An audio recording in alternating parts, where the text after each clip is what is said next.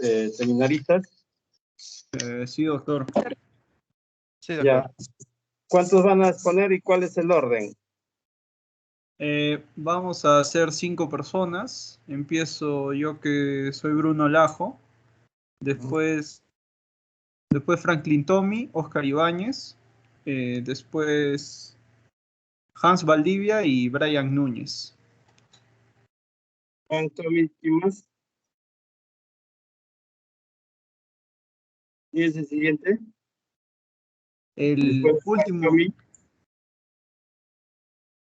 Después de Frank Tommy, ¿quién más sigue? Oscar Ibáñez. Oscar Ibáñez. Ya. Y de ahí, Hans Valdivia. ¿quién más termina? Brian Núñez. Ya. Antes de cada parte o ponencia, dicen su nombre, ¿ya? Ya, a ver, empieza. Listo, doctor. Buenas tardes, compañeros, doctor. En esta ocasión vamos a abordar los temas de neuroblastoma y tumor de Wilms. Yo soy Bruno Lajo Medrano. Siguiente, por favor. Entonces, vamos a dar una ligera introducción a modo de definición de lo que viene a ser el neuroblastoma. El término de este neuroblastoma vamos a usarlo para referirlo al espectro de los tumores neuroblásticos, o sea, los que van a surgir en la parte de las células ganglionares simpáticas, las que son las primitivas. Esto, como veremos más adelante, incluso en parte anatomopatológica, tienen algunos nombres englobados en este término. A su vez, estos neuroblastomas van a representar un 97% de los tumores neuroblásticos. Vamos a ver que son heterogéneos y van a tener una variación, sobre todo tanto en la ubicación, en la apariencia histopatológica y en algunas características biológicas.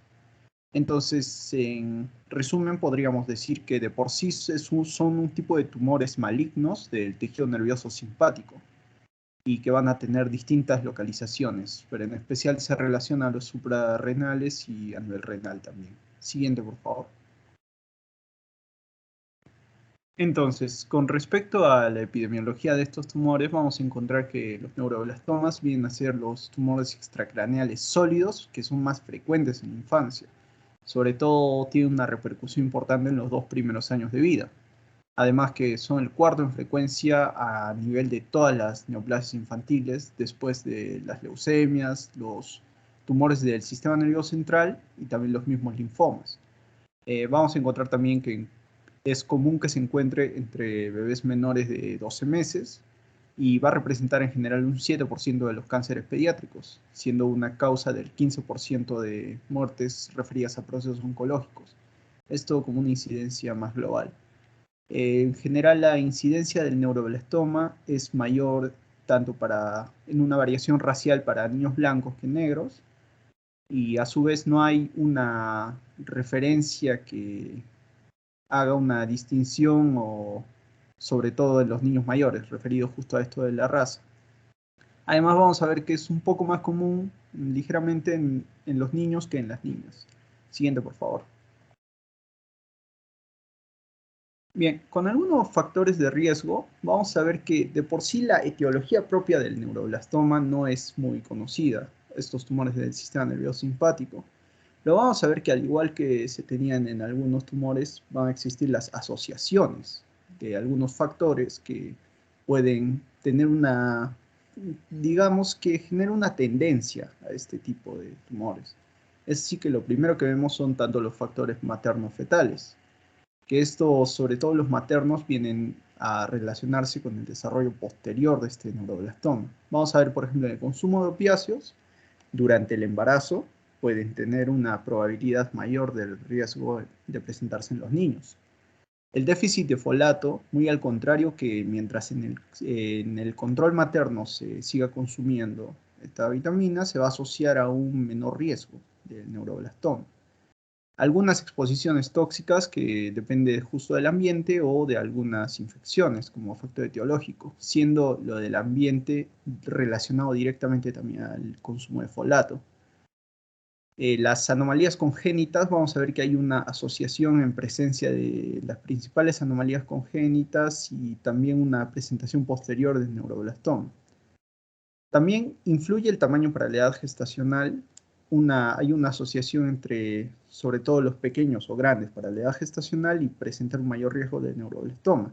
Y por último, si la madre presenta la diabetes mellitus gestacional, que también es una asociación. Entonces, de todos modos, no se llega a determinar como una etiología fija, sino más como una asociación. Siguiente, por favor.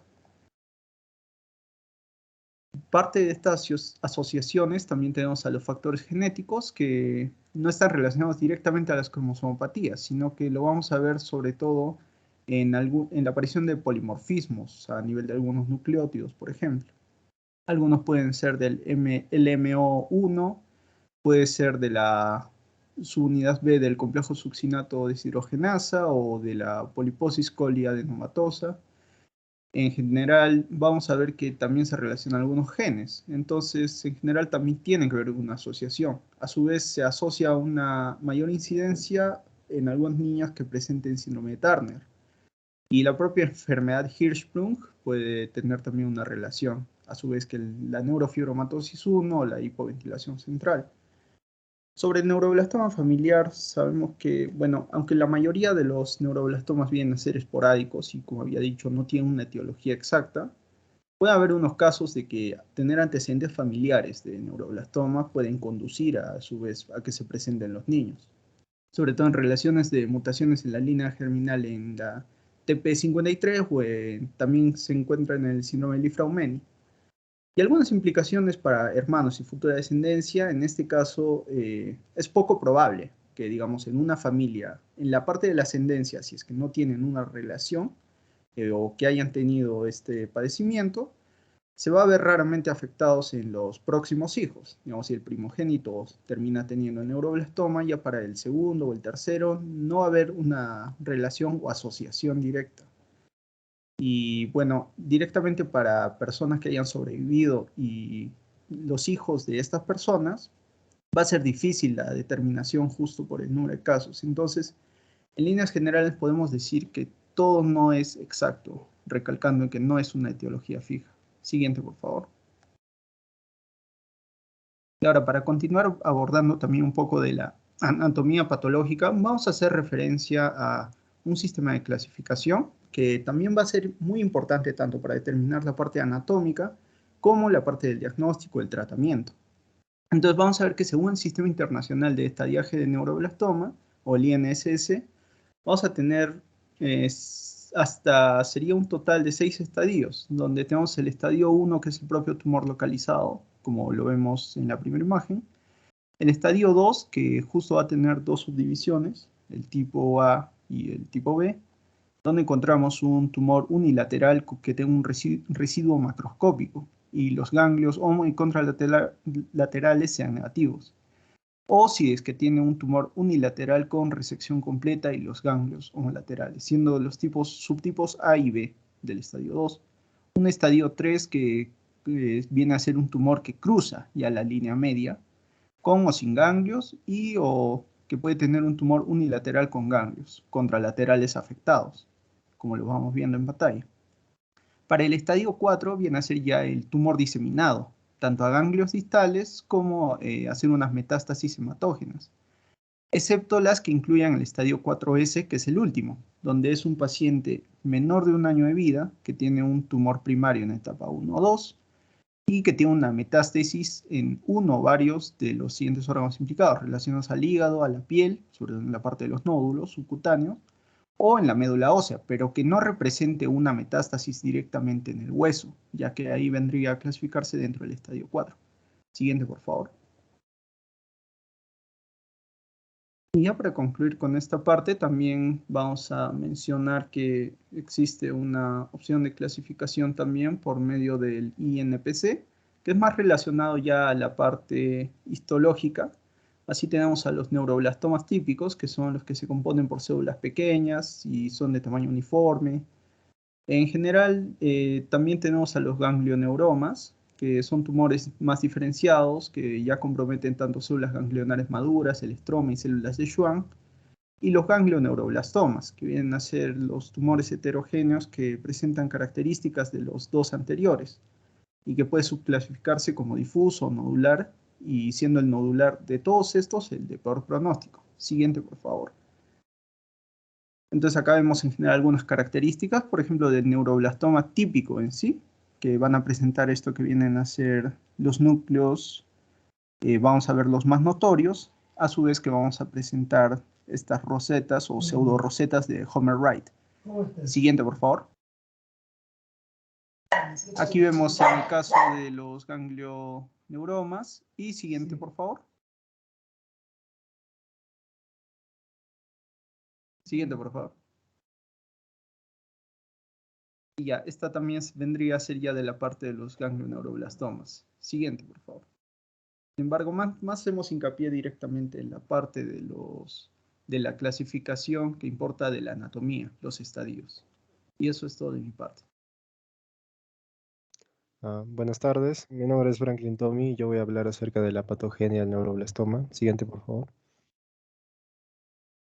Primero vamos a hablar del desarrollo de la cresta neural y cómo tiene que ver en el origen del neuroblastoma.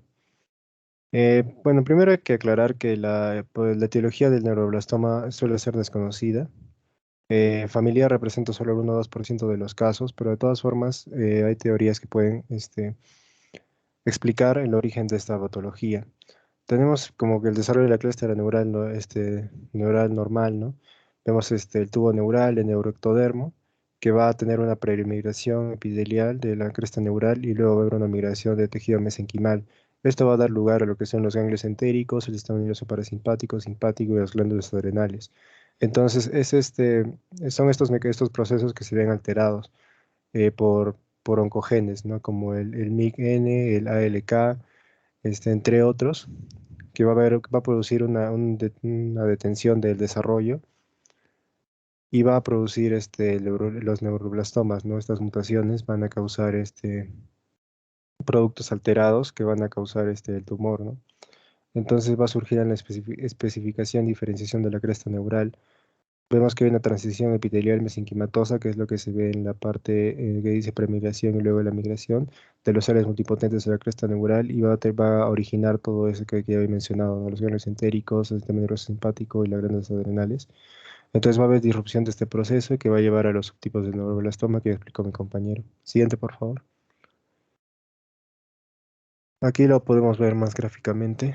Tenemos el tubo neural, las células de la cresta neural que van a migrar, ¿no? Va a haber una transición de tejido epitelial a tejido mesenquimatoso, las células pluripotenciales, y al final va a poder producirse, ¿no? Por mutaciones que vienen de carga familiar o por otras causas, van a producirse las mutaciones que van a llevar a que una célula que está destinada a ser el sistema nervioso simpático, de las glándulas adrenales, células como afines, por ejemplo, van a dar lugar al neuroblastoma. Por ejemplo, un gen que se ve muy involucrado en lo que es esto es el protogen MIG-N, el cual en el caso de que se produzca el neuroblastoma, pues va a haber una predisposición, va a haber una sobreexpresión de este gen, lo que va a llevar por ejemplo, a que las células que son alteradas, pues no sufren apoptosis, entonces van a transformarse y van a cambiar, ¿no? Incluso aquí se ve la respuesta al tratamiento, ¿no? Con inhibidores de la MIG-N hay estirpes que son sensibles al tratamiento, hay otras que van a tener una sensibilidad reducida, y bueno, también esto va a determinar, ¿no? El poder hacer un diagnóstico genético va a poder determinar que el tratamiento pues, pueda responder. Siguiente, por favor. Vamos a hablar un poco acerca de las manifestaciones clínicas. Siguiente, por favor. En el cual la localización, bueno, puede aparecer en cualquier región, en cualquier parte del cuerpo que tenga tejido del sistema nervioso simpático. Aún así, el 40% de los neuroblastomas se localizan en las glándulas suprarrenales y la mayoría de los ganglios simpáticos paravertebrales, siendo más frecuente en lo que es abdominal 25%, luego torácico 15%, cervicales y pélvicos 5% cada uno. Luego hay localizaciones un poco menos frecuentes, ¿no? Que ya sería dentro del mismo sistema nervioso central o autónomo. Las metástasis, bueno, más que todo se dan en lo que son los ganglios linfáticos o regionales a distancia, los huesos largos, el cráneo, la médula ósea, el hígado y piel. Y bueno, también puede haber metástasis pulmonares y cerebrales, pero solo en menos del 3% de los casos. Siguiente, por favor. Los signos y síntomas que presenta el paciente van a reflejar dónde se localiza el tumor y hasta dónde se ha extendido. y además puede simular otros trastornos, por lo cual esta enfermedad puede ser subdiagnosticada en ciertos casos. Podemos ver, por ejemplo, como hemos visto, la localización más frecuente es la abdominal, tanto glándulos suprarrenales como ganglios paravertebrales abdominales, por lo cual va a poder haber una masa abdominal, se puede presentar estreñimiento, dolor abdominal, proptosis, en el caso de que se produzca. Puede haber equimosis periorbitaria, el síndrome de Horner, si es que altera lo que vendría a ser la de T1 a T4 o de C8 a T2 también está descrito. Un dolor de espalda localizado. Puede haber escoliosis o disfunción vesical por el crecimiento, nódulos subcutáneos, el síndrome de oxoclonus mioclonus. También puede haber diarrea secretoria inexplicable, algunos síntomas sistémicos como fiebre, pérdida de peso, anorexia, dolor óseo, anemia. También puede haber heterocromía del iris y también se puede presentar hipertensión. Siguiente, por favor. Aquí vamos a ver algunas manifestaciones. Como se había mencionado, es más común que que se presente en el abdomen, luego en el tórax, mucho menos frecuente que se produzca en lo que vendría a ser sistema nervioso central propiamente dicho. Tenemos, por ejemplo, síndrome de Horner, caracterizado por una triada que viene a ser la anhidrosis, el datosis palpebral. eh, y bueno, tenemos también algunas, cómo se ve en el estudio de imagen, por ejemplo, en la tomografía. Y algunos síntomas, por ejemplo, que se informa a los padres, ¿no? Que si sienten una masa abdominal, una masa torácica, si hay dolor óseo, si hay escoliosis por el crecimiento. Si hay, por ejemplo, en la imagen de la izquierda, podemos ver un niño que pues está afectado al sistema nervioso central y se puede observar como que la tumoración. Siguiente, por favor. Y algunos síndromes asociados a neuroblastoma, porque como se había mencionado, esta es una enfermedad genética y va a tener algunos síntomas que se asocian, ¿no? Por ejemplo, el síndrome de Pepper, en el cual va a haber afectación hepática masiva y metástasis con o sin dificultad respiratoria. El síndrome de Horner, con la tríada que te había mencionado, que son tosis palpebral, anhidrosis o miosis unilateral, que está asociado más que todo a un tumor torácico o cervical, que vendría a afectar lo que serían las raíces del C8 a T2. Y los síntomas no desaparecen al resecar el tumor, ya que ya hubo alteración. El síndrome de Hutchinson se caracteriza por cojera y irritabilidad en el niño pequeño. Además que esto está asociado a metástasis en médula ósea y en el hueso. Tenemos el síndrome opsoclonus mioclonus ataxia, que ya se había mencionado, en el cual hay una sacudida bioclónica y movimientos oculares anárquicos, que pueden ser con o sin ataxia cerebelosa, que bueno, es con un tumor, o sea, se presenta más que todo en tumores diferenciados y es biológicamente favorable, y la etiología suele ser inmunitaria. También tenemos el síndrome de Kerner-Morrison, en el cual hay diarrea secretora resistente al tratamiento, que es producida por la secreción de péptidos gastrointestinales, y además son favorables biológicamente. También tenemos el síndrome de neurocristopatía, que son neuroblastomas asociados a otros trastornos como hipoventilación congénita o Hirschsprung. Y bueno, la mutación suele estar en el gen PHOX2B. Y también tenemos el síndrome de Rohat, que se caracteriza por ser de obesidad de inicio rápido, disfunción hipotalámica, hipoventilación y desregulación autónoma, en el 40% de tumores derivados de la cresta neural. Entonces, como podemos ver, son síntomas que ya se habían mencionado y que se puede agrupar en otros síndromes que también tienen relación con este neuroblastoma. Siguiente, por favor.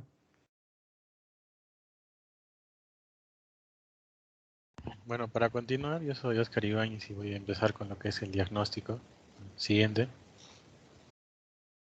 Bueno, como una introducción, como sabemos, el pronóstico del cáncer en los niños, como cualquier otro cáncer, va a depender del tipo de tumor, de la extensión, el momento del diagnóstico y la rapidez, ¿no?, de la respuesta. En general, lo que vamos a buscar es un diagnóstico precoz, ya que esto nos va a ayudar a mejorar la probabilidad de curación. En el caso del neuroblastoma, este tiene que someterse como cualquier otra enfermedad, bueno, a una historia clínica, un examen físico completo, en las evaluaciones de laboratorio, como es, bueno, los hemogramas, química sérica, prueba de función hepática, renal. También vamos a encontrar los niveles de metabolitos de catecolaminas elevados en suero y en orina, que voy a hablar después. Y bueno, también se ve, ¿no?, como una masa en radiografía simple, tomografía computarizada, en resonancia, como más que todo como algo calcificado y con hemorragias. Incluso con la ecografía materna podemos diagnosticarlo de manera prenatal, pero vamos a explicar cada uno de estos métodos y cómo nos ayuda el diagnóstico. Siguiente. Bueno, en primer lugar, y como ya sabemos, la biopsia es el diagnóstico definitivo de histología para prácticamente todos los tumores. Y en este caso, el neuroblastoma, tenemos que asegurar de que se obtenga el material diagnóstico adecuado, ya que esta biopsia no solo nos va a ayudar para el diagnóstico, sino también para luego hacer un seguimiento, para hacer la caracterización. Y siempre se tiene que hacer con la ayuda de un cirujano pediatra o un oncólogo pediatra que estén familiarizados con la enfermedad. En la mayoría de pacientes vamos a hacer una biopsia con aguja gruesa guiada por imágenes o incisional del tumor, o también podemos utilizar una biopsia con aspirado de médula ósea para el diagnóstico más que todo de una enfermedad que afecta a la médula ósea. Siguiente, por favor. Entonces, de estas dos técnicas vamos a tener primero la técnica de biopsia por incisión o guiada por imágenes. Acá vamos a tener la guía de aguja hueca que se coloca a través de la piel y hasta el tejido blando superficial. Y gracias a que es guiada por imágenes, pues nos va evitando la necesidad de múltiples pases. Tenemos que realizar entre 25 a 30 pasadas con una aguja de biopsia central de calibre 14-16. Sacamos la muestra, se hace la consulta con patología y casi la respuesta es casi inmediata, que confirma la presencia de un tejido viable. Y también hay que tener en cuenta que para sacar este tipo de biopsias, luego de que la realicemos, hay que inyectarla con un sellador de cola de fibrina, que se tiene que colocar mientras se retira la aguja para minimizar el sangrado o la posibilidad, ¿no?, de un tumor que se siembre en el camino. Y luego tenemos la biopsia de aspirado a médula ósea, que esta nos va a confirmar la enfermedad, como dice su nombre, la médula ósea. Se hace con una evaluación y una aspiración de la médula, más que todas las crestas ilíacas posteriores. Se va a hacer en 2 sitios, por lo cual vamos a conseguir 4 muestras con 2 aspiraciones y 2 biopsias. Y si cualquiera de estos demuestra células tumorales, como ven en la imagen, que son células azules, redondas y pequeñas, ya va a ser positiva la enfermedad. Lo característico del neuroblastoma en la médula ósea es igual como ven en la foto, son 3 o más células que van a formar como una roseta con una masa interna como que material fibrilar, y esto ya nos va a diagnosticar que el paciente tiene esta enfermedad en la médula. De tan solo una de las 4 muestras a lo positivo ya lo va a verificar, y para que sea considerada una muestra clara tiene que ser los 4 limpios. Y luego de que saquemos cualquiera de estas 2 biopsias, se evalúa si es que es favorable o desfavorable. También podemos acompañarlo del estadio del gen MYC, como ya mencionaron antes, pluripoidía del ADN, o si ha habido pérdida de heterocigosis, y tiene que tener un manejo adecuado, ya que estas 2 muestras nos van a ayudar después. Siguiente. Otra prueba específica para este neuroblastoma son las catecolaminas en orina, en este caso el ácido homovalínico o el ABH, y el ácido vanilmandélico o el ABM. En este caso, las células tumorales del neuroblastoma van a absorber y van a metabolizar las catecolaminas. Entonces las van a degradar y como producto nos van a dar estas dos, el ABH y el ABM, que podemos medirlas tanto en suero como en orina, y nos va a servir para apoyar el diagnóstico, o también se utiliza como monitoreo para la actividad luego en el tratamiento. Siguiente. Entonces, como criterio diagnóstico tenemos tiene que tener una u otra de estos 2 criterios. El primero tiene que ser un diagnóstico histológico, es una biopsia inequívoca con microscopía óptica, junto con el aumento de las catecolaminas, tanto en orina o en suero, o la evidencia de metástasis de la médula ósea con el aspirado que ya les mostré junto a las catecolaminas. Se va a requerir cualquiera de estos 2 para que ya confirmar el diagnóstico de neuroblastoma. Siguiente. Además, como estudio de estadificación, es obligatorio tener estos 2 estudios para, como dice su nombre, clasificar, ¿no?, el neuroblastoma antes de comenzar el diagnóstico, o también para cualquier paciente que tenga sospecha de neuroblastoma. En este caso vamos a evaluar, ¿no?, la extensión de la enfermedad, determinar el estadio clínico, patológico o el tratamiento después. Tenemos primero la resonancia magnética con la tomografía, y aunque normalmente se utiliza la ecografía a menudo para un niño que tenga una masa abdominal, la tomografía y la resonancia magnética nos va a ayudar, ¿no?, para evaluar el sitio del tumor primario, los sitios nodales o si ha habido metástasis. En este caso, la tomografía, por ejemplo, la resonancia nos va a ayudar en unos casos de enfermedades raras, como las que aparecen retroperitoneales, para evaluar si tal vez hay una metástasis en pecho o en pelvis. Y vamos a encontrarlo como una masa heterogénea, con calcificaciones, a veces con hemorragia. Y bueno, si lo encontramos adyacente a la columna, la que más nos va a ayudar va a ser la resonancia magnética para ver si hay una invasión del canal espinal. Y bueno, si es que encontramos síntomas, como ya mencionaron antes, como la proptosis o equimosis periorbital, en este caso vamos a utilizar la tomografía y la resonancia de la cabeza para evaluar, ¿no?, en dónde podemos encontrar el neuroblastoma. Siguiente. En otro estudio de estadificación tenemos la exploración con el yodo 123 metayodo benzilguanidina o la tomografía por emisión de positrones con fluoruro de desoxirriboglucosa. Ambas nos van a ayudar para confirmar el neuroblastoma y más que todo la metástasis ósea. Se ha visto estudios entre ambos, pero entre los dos se prefiere el yodo 123 con MIP, ya que esta tiene más especificidad, sensibilidad, más que es aproximadamente el 90%. Y en el caso de que el yodo 123 con el MIP salga negativo, ahí sí podemos utilizar la tomografía por emisión de positrones. Y si es que saliera positivo, podemos combinarlo, ¿no?, con una tomografía SPECT o de fotón único, ya que estas son imágenes en 2 dimensiones, como ven en la derecha. Ya con el SPECT podemos verlo ya en tercera dimensión y clasificar mejor las lesiones. Se prefiere este MIP, ya que el MIP es un análogo químico de la norepinefrina, y este se va a concentrar en el tejido nervioso simpático específico del neuroblastoma. Se le etiqueta con el yodo 123 o 131, y ya con en la gamografía lo podemos detectar y podemos especificar bien dónde se encuentra el neuroblastoma. Pero como utilizamos yodo, hay que tener en cuenta que la tiroides tiene que estar protegida. Y bueno, en el caso de las biopsias y espiral de médula ósea, les expliqué antes que también nos sirven, ¿no?, para estadificar. Siguiente. Y bueno, utilizamos en este caso la International Neuroblastoma Risk Group o el INSS para estadificar a los pacientes, determinando la extensión de la enfermedad según el diagnóstico por imágenes que les mencioné. Y aquí vamos a ver si hay factores de riesgo locales específicos definidos por estas imágenes. Esta clasificación va a tener en cuenta la edad, la categoría histológica, el grado de diferenciación. Si evaluamos el protoncogen MIC también, si hay aberraciones, poliploidías y riesgo de pretratamiento. Aquí en el L1, previamente en la antigua clasificación era el estadio 1, son los tumores localizados confinados que no tienen ningún factor de riesgo. Los L2, lo que antes se conocía como estadio 2 y 3, es cuando ya hay factores de riesgo. El M son tumores diseminados con metástasis, no ya hueso, médula ósea, hígado, un ganglio, y antes se le clasificaba como 4S.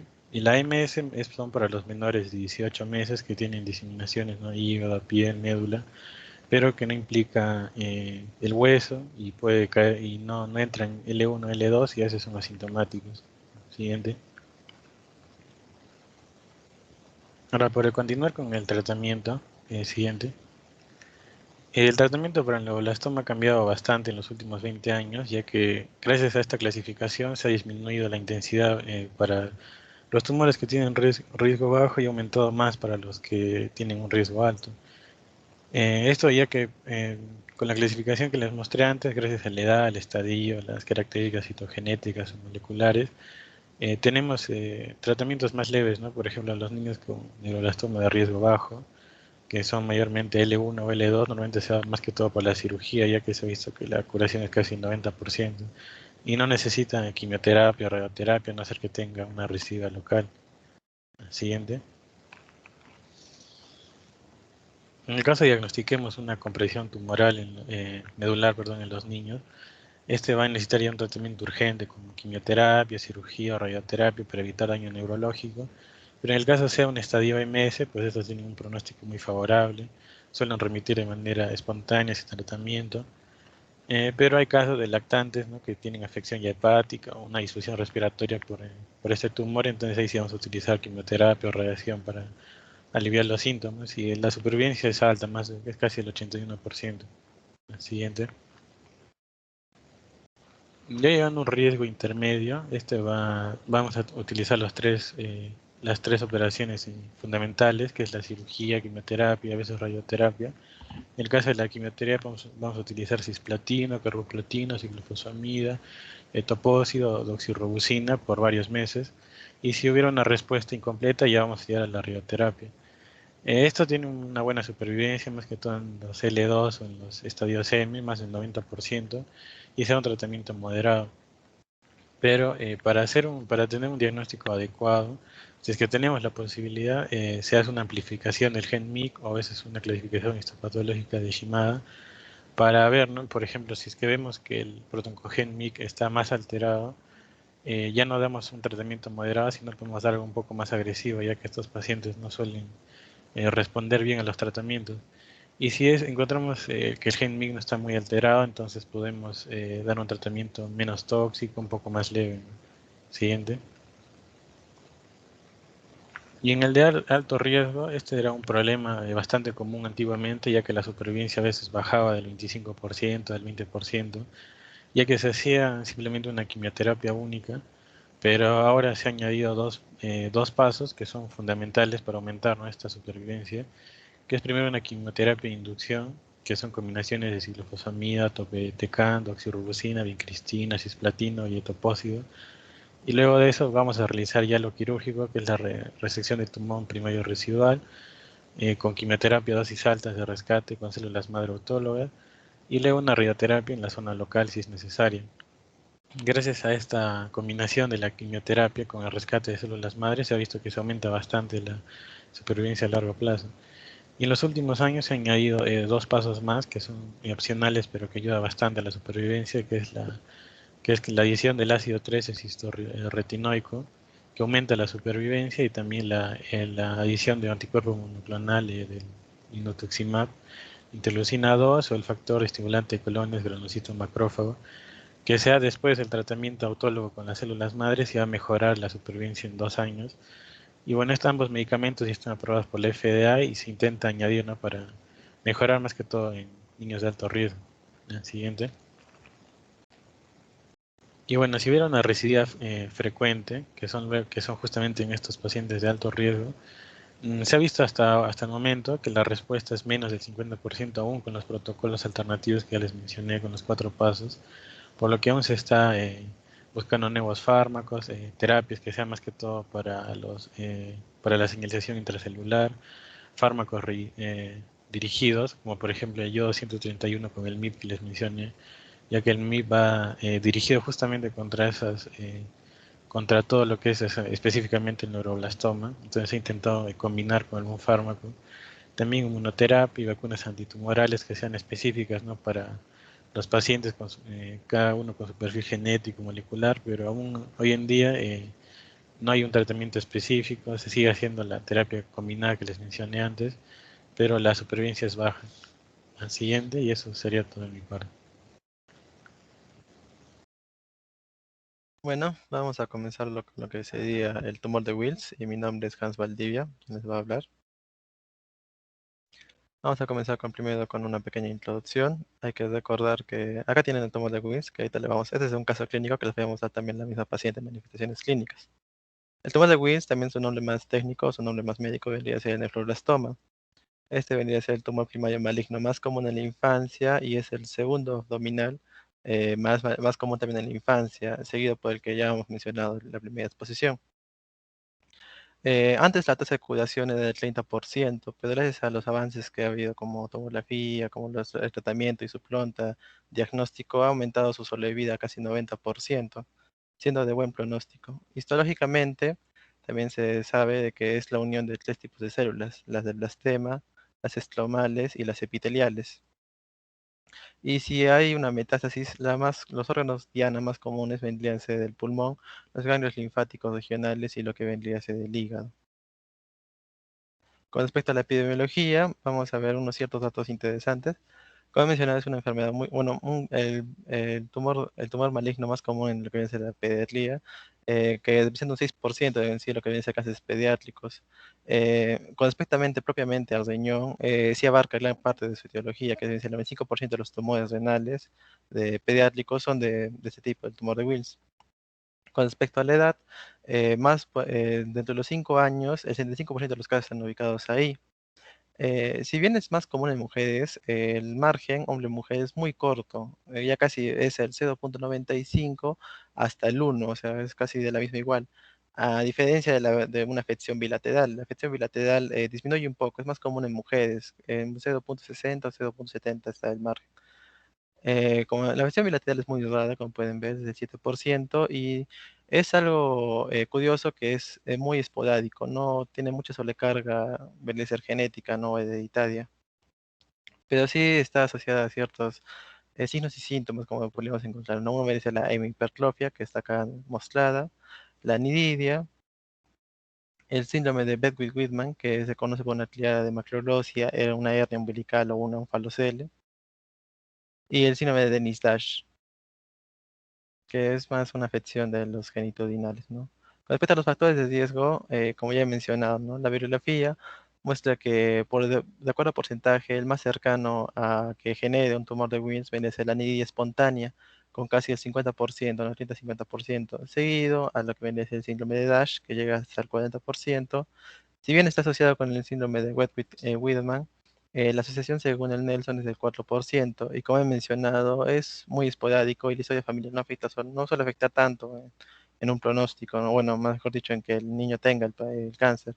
Entonces, como se muestra, es del 1 al 3%. También hay otra tabla que también muestra los riesgos, ¿no? De acuerdo a los síndromes que podría generar, síndromes que puede tener el niño, ¿no? Siendo el riesgo alto el síndrome de War, el de Dennis-Walsh, como he mencionado, el tumor de Wilms familiar, el de Perman, la neoplodia variegata, la anemia de Fanconi, con un riesgo moderado que debe ser del 5 al 20%, está el síndrome de Wiedemann,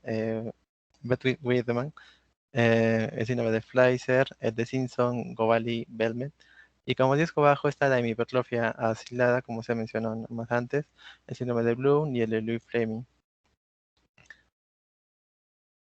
Con respecto a la etiología, el gen más estudiado, o el primero que se encontró y el que tiene más bibliografía, es el WT1, que como pueden ver, se analiza primero el gen y después da a uno lo que dicen los dedos de zinc, que ese es justo el origen del problema.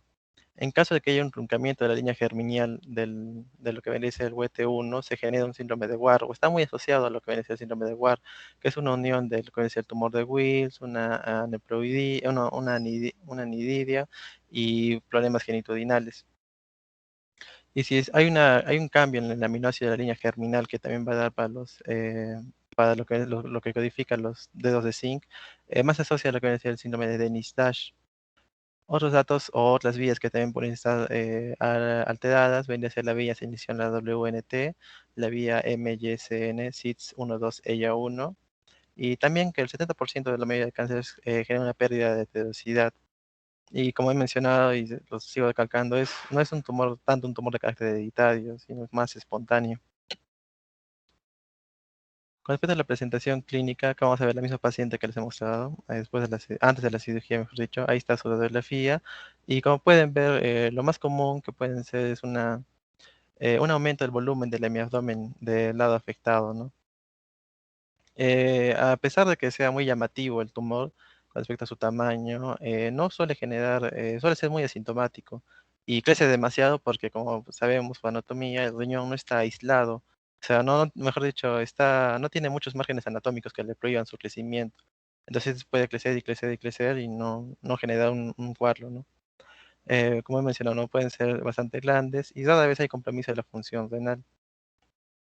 Con respecto a los cuadros o las manifestaciones que se pueden generar, si bien he mencionado que son asintomáticos, dentro de la bibliografía también demuestra que hay un dolor abdominal en el 40%. Hay una hipertensión del 25% y esto se debe más por una alteración en lo que vendría a ser la vía de la adenina, que justo está hecha en el riñón, ¿no? O está en el riñón mismo. Puede haber una hematuria macroscópica indolora, que es un 18%. Puede haber un síndrome de vena cava inferior, como se mencionó también en lo que vendría a ser otros cánceres, del 4 al 10%. Y síndromes constitucionales, que no se encuentra mucho en la bibliografía del porcentaje, pero ya saben cómo va a ser fiebre, entre otros, ¿no?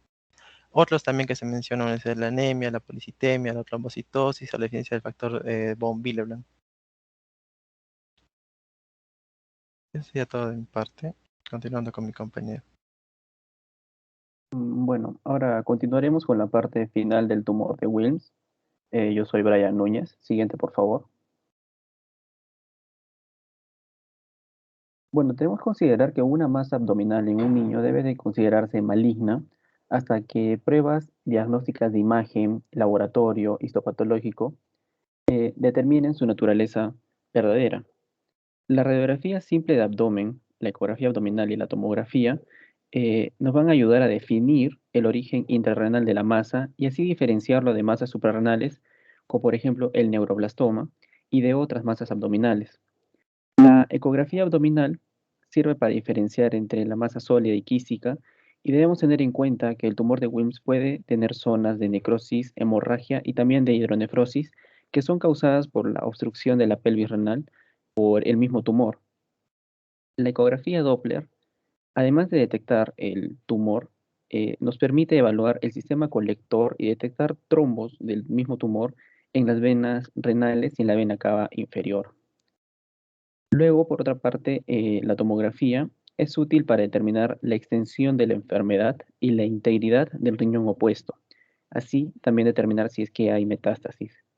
Finalmente, la resonancia es útil para definir un trombo de tumor extenso que se extiende hasta las venas hepáticas o incluso más hasta la aurícula derecha y para distinguir el tumor de los restos nefrogénicos.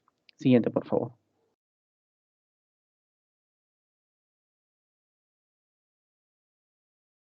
La tomografía torácica es más sensible que la radiografía de tórax para hacer un cribado de metástasis pulmonar y es mejor hacerla antes de la cirugía porque los derrames y las atelectasias pueden dificultar la interpretación de estas imágenes postoperatorias. Si el diagnóstico histológico confirma un sarcoma renal de células claras, se realizará una gamografía ósea, como vemos en la imagen, para detectar metástasis óseas.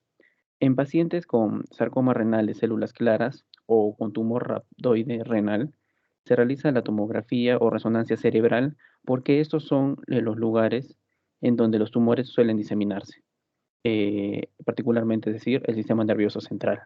Siguiente, por favor. Las lesiones de estos tumores son metabólicamente activas y concentran la fluorodesoxiglucosa. El diagnóstico se hace por lo general, como he mencionado, mediante pruebas de imagen, pero se confirma por análisis histológico en el momento de la nefrectomía. Aunque la biopsia es una prueba diagnóstica fiable generalmente en la medicina, no se recomienda aquí porque puede provocar un error por exceso en la estadificación tumoral.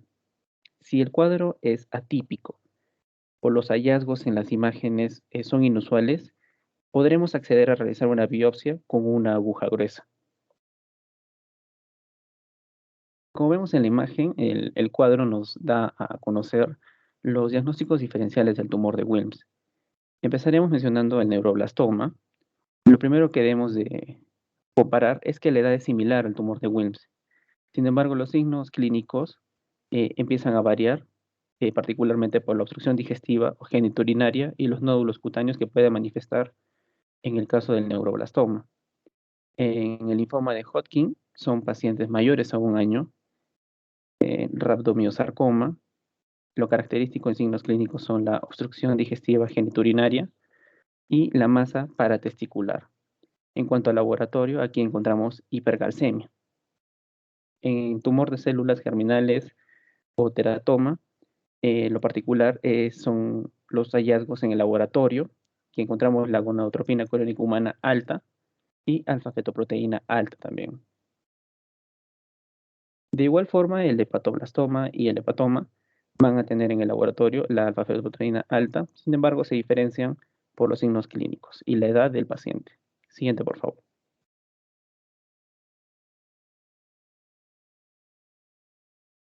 Existen dos corrientes de pensamiento principal en el tratamiento del tumor de Wilms. Por un lado, tenemos el grupo de oncología infantil, que recomienda la cirugía antes de iniciar el tratamiento.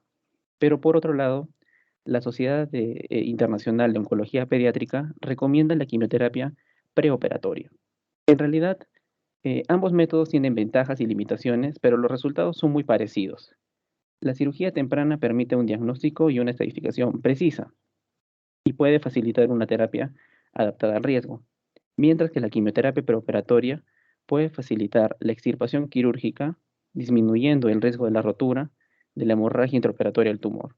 Y la cirugía consiste en la nefrectomía radical por disección meticulosa para evitar la rotura de la cápsula del tumor y obtención de muestras de ganglios linfáticos, a pesar de la ausencia de posibles adenopatías en las pruebas de imágenes preoperatorias o que se hayan realizado durante la evaluación intraoperatoria. Siguiente, por favor. Los factores pronósticos para la terapia adaptada al riesgo son la edad, el estadio y el peso del tumor. La histología tiene un papel importante aquí y la ausencia de anaplasia se considera un hallazgo histológico favorable para el paciente. Pero por el lado opuesto, la presencia de anaplasia se subclasifica o bien en focal o bien en difusa, pero ambas son muy desfavorables para el paciente. Entonces, en el cuadro que vemos en la diapositiva, la estadificación del tumor de Wilms va a darse en 5 niveles, que de cierta forma son fáciles de distinguir, porque el estadio 1 tiene un tumor confinado al riñón y está completamente resecado. A diferencia del estadio 2, aquí el tumor ya se está extendiendo fuera de sí mismo, pero se ha resecado por completo con bordes y ganglios linfáticos negativos. En el nivel 3, el tumor residual presente después de la cirugía está confinado al abdomen, posiblemente por diseminación tumoral preoperatoria o intraoperatoria, y también puede haber presencia de metástasis, pero en ganglios linfáticos regionales. Mientras que en el estadio 4, la metástasis ya es hematógena. Puede haber afectado pulmón, hígado, huesos, encéfalo, y también puede haberse acompañado con una característica del estadio 3, que era la metástasis ganglionar linfática. Finalmente, en el estadio 5, aquí ya se ve afectación también del riñón opuesto. Siguiente, por favor. El grupo de oncología infantil que mencioné hace un momento elaboró recomendaciones de protocolo y de dosis de fármacos específicas para el tratamiento adaptado al riesgo del tumor de Wilms. Los pacientes con hallazgos histológicos favorables pues tienen buen pronóstico y por lo general se tratan en un régimen ambulatorio. En el cuadro que vemos, podemos clasificarlo en 3. Cuando un paciente es menor de 2 años, hay un error ahí en la diapositiva, el estadio es 1 y el peso del tumor es inferior a 550 gramos, el tratamiento específico será la nefrectomía y los resultados son muy favorables. Sin embargo, en el estadio 1 o 2, vamos a recurrir ya a medicamentos como la vincristina, la dactinomicina, cada 1 a 3 semanas durante 18 semanas. Esto se conoce como el protocolo EE4A. Y el tercer nivel, que estaría para los pacientes, indicado para los pacientes 3 y 4 en estadio, se les da vincristina, doxorubicina, dactinomicina, cada 1 a 3 semanas y por más tiempo, ya no 18, sino 24 semanas. Este se conoce como el protocolo DD4A y además se le dará radioterapia a estos pacientes. Los pacientes con metástasis en ganglios linfáticos regionales, tumor residual tras la cirugía o rotura del tumor, reciben radioterapia en el flanco o en el abdomen. Y los que tienen metástasis pulmonares reciben radioterapia pulmonar. Los pacientes con anaplasia difusa tienen peor pronóstico y se tratan con protocolos de quimioterapia intensiva, con más medicamentos, además de los que he mencionado, como por ejemplo ciclofosfamida, doxorubicina, etopósido, carboplatino y fosfamida, además también de la radioterapia. Siguiente, por favor.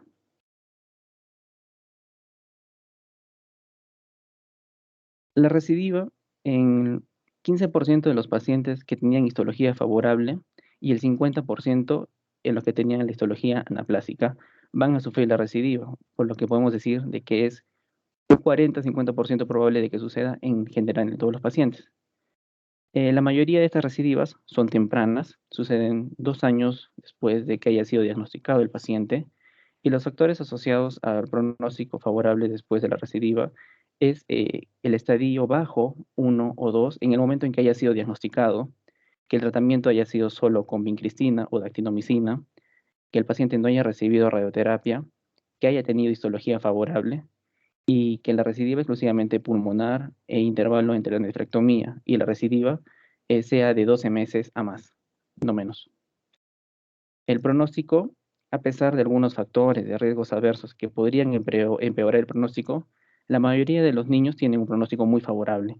La supervivencia se acerca al 90% y algunos factores pronósticos como el estadio bajo, La histología favorable, la corta edad y el poco peso tumoral elevan ese 90% a 95-96. Los efectos tardíos vigentes son efectivos con relativamente poco efectos a largo plazo. Las complicaciones tardías son consecuencia del tipo y de la intensidad del tratamiento que se le haya brindado al paciente, como por ejemplo la radioterapia, las antraciclinas, aumentan el riesgo de estas complicaciones. Y las secuelas con relevancia clínica son los efectos osteomusculares, cardiotóxicos, la neumopatía, problemas de reproducción y disfunción renal que pueden manifestarse en el paciente a futuro. Siguiente, por favor. Y eso es todo, doctor. Muchas gracias. Ya, muy bien. Preguntas, a ver, el auditorio, con los asistentes. Ya. A ver, vamos a empezar de atrás para adelante. ¿Cuál sería la causa o la etiología de la hipertensión? Que hay una presentación que se puede asociar a la masa tumoral hipertensión, ¿no es cierto? ¿Quién hizo esa parte? Hans, creo. Sí, doctor. Tengo entendido por Nelson de que esto se genera por una sobreestimulación de la renina que está en el riñón. Ya, ¿y cómo así? Mm, Está correcto eso de la renina.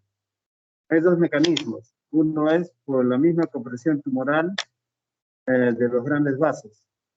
Y otro, hay una hipótesis de que probablemente el tumor secretaría renina y activaría el sistema angiotensina-aldosterona. Ya, ok. ¿Qué más? Ya. ¿Quién hizo de los estadios? En Wills. En Wills, entonces, si tenemos los dos riñones comprometidos, decimos que es un estadio 5. Ya, pero ¿y cómo solo queda ahí la estadificación en caso de que sea bilateral? ¿O hay algo más adicional que agregar? Dice Brian Núñez, ¿no? Sí, doctor. Bueno, en el libro de Nelson lo que nos indica la estadificación son de 5 niveles nada más. Cuando compromete órganos aparte del riñón o del otro, pues sería un estadio 4. Y cuando compromete Ya. ya el otro riñón es el estadio 5. Y además a eso se atribuyen otros órganos que están afectados, seguiría considerándose estadio 5. Ya. Bueno, está bien, o sea, estadio 5 es cuando hay compromiso bilateral, pero independientemente de eso, se debe estadificar cada riñón, según estadiaje, ¿no? Se supone que uno va a estar en uno, dos, más es un tema de si va a invadir la cápsula, va a penetrarla, si compromete ganglios linfáticos del hilo renal, ¿no? Entonces, por eso les decía que era necesario que pongan diapositivas con la estadificación y ahí se entendería mejor. Pero bueno, ya la doy la explicación, ¿ya? Entonces, para que no se olviden. A ver, quienes hicieron neuroblastoma. ¿Y cuáles deberían ser entonces los factores pronósticos en neuroblastoma y cómo divides los grupos de riesgo? Eso es lo que me parece que no ha quedado claro. ¿Quién hizo eso? Oscar Ibáñez, creo, o Frank Tommy. ¿Quién habló de los grupos de riesgo, me parece? Oscar Ibáñez. Sí, doctor, yo hablé de los factores de riesgos imaginológicos, que era lo que nos ayudaba para el estadio, ¿no? Oscar Ibáñez, ¿no es cierto? Sí, sí, doctor. Ya, a ver, entonces, ¿cómo serían?